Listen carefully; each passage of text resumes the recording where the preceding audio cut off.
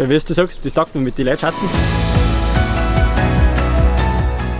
Der Abenteuerhof Schiefer im steirischen Enstal bietet eine Vielzahl von Aktivitäten und eine Besonderheit: Korbinienschiefer, der sich mit Leib und Seele um seine Gäste kümmert.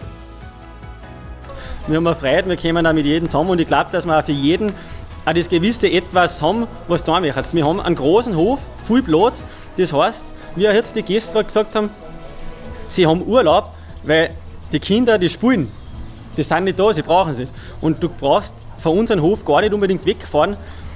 Darum sind wir bei keiner Sommercard oder dergleichen dabei, weil wir am Hof alles haben, sage ich jetzt einmal, dass man nicht unbedingt weg muss. Wir haben die Pferde da, wir fahren jetzt nachher, fahren wir Grünfutter holen für die Pferde und für die Hosen, fahren wir Mahn und dann nehme ich es gleich mit und das ist schon Programmpunkt genug und eine Gaudi und ob wir jetzt eine Stunde brauchen oder 2 Stunden brauchen, weiß ich nicht.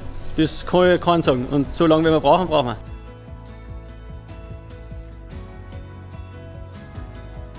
Wir haben alles, wir haben die Viecherler, wir brauchen die Viecherler für unser Restaurant, wir haben ein kleines Restaurant dabei, was der Hofladen einmal war.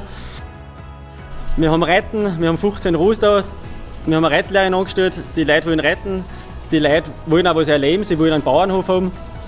Und so sind wir gewachsen und jetzt sind wir in einer super Größe, wir haben eine Freude, wir sind ein Familienbetrieb.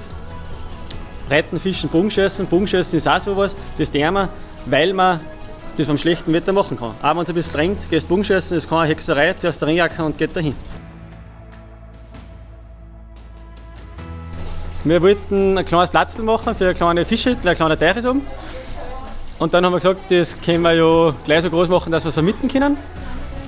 Und dann sind blöderweise, weil alle guten Dinge 3 so Löcher waren. Und dann haben wir gesagt, ja, ein Hüttendorf wollen wir keins haben. Das hat schon jeder, wir brauchen was anderes. Und dann war gerade der Hobbit im Fernsehen, dann haben wir gesagt, wir können ja ein Hobbit-Haus bauen. Und dann haben wir 3 Hobbit-Häuser gebaut.